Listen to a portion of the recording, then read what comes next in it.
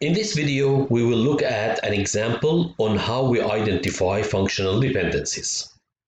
The scenario that we will be working on is an employment agency that needs to convert its basic one-table management system into a modern information management system or a database. This database should be able to hold its improving business. We are assigned the task of creating this IMS, and as we learned in the previous lecture, the first step to be done in this situation is to normalize this one table that is used by the agency. And the first step when we are working on a normalization exercise is to list the functional dependencies.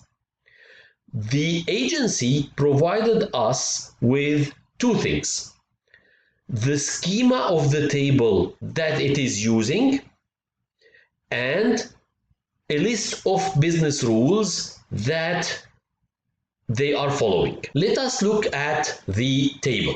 So the table, which we will call the application table, has these fields. So application ID is the identifier. Then we have applicant name, applicant phone 1, applicant phone 2, applicant address, applicant field of interest, applicant highest level of education, employer business name, employer address, employer phone number, employer city, employer email, job posting ID, job posting title, job yearly salary, interview ID, interview date, and names of interviewers. Then we have a list of 12 business rules. I'm not going to read these business rules now because when we are identifying the functional dependencies, we will go through these business rules one by one.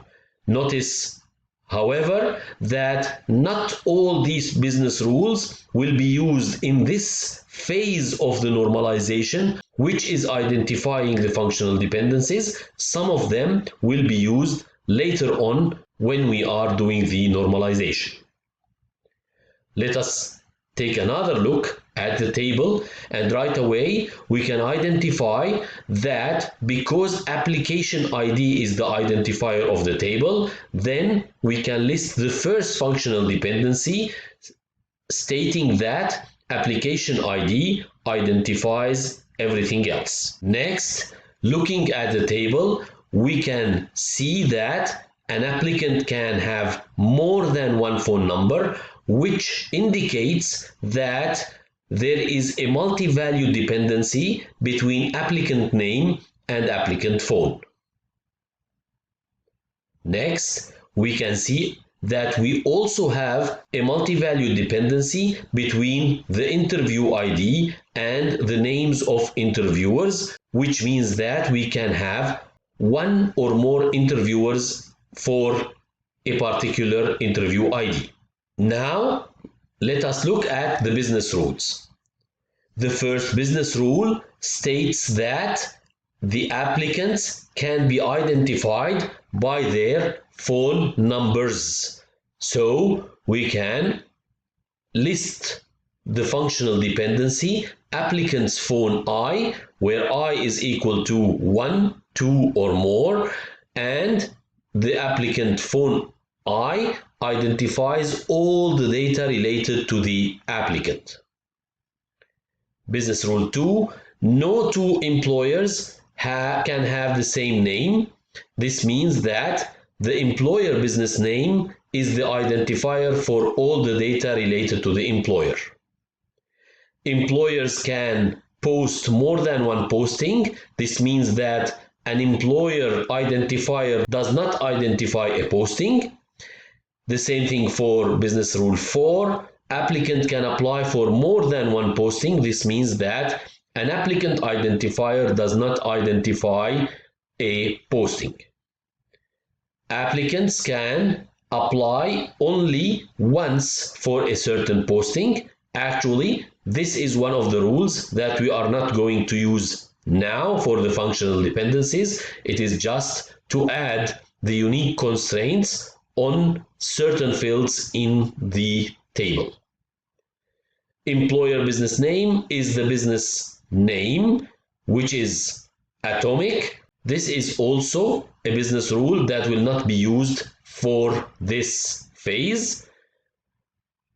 Business rule 7, employers can be identified by their email address. So I can have here the employer email that identifies all the data related to the employer.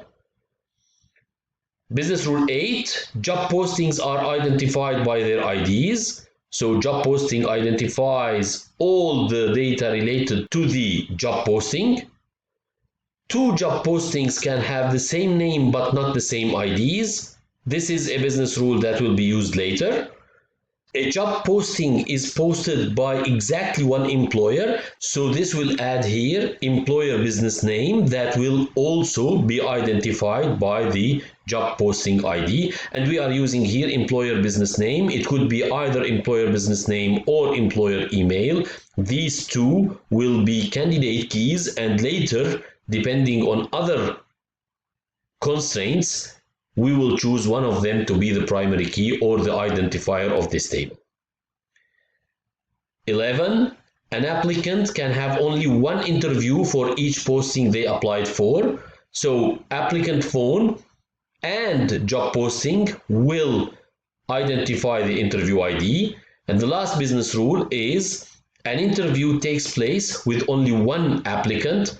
So the interview ID will identify all the data related to the interview plus an identifier of the applicant.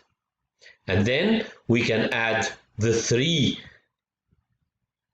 functional dependencies that we have found previously using the table, and by this we have all the functional dependencies of this table, and by this we can move to the next step in the normalization, which is putting the table in the first normal form.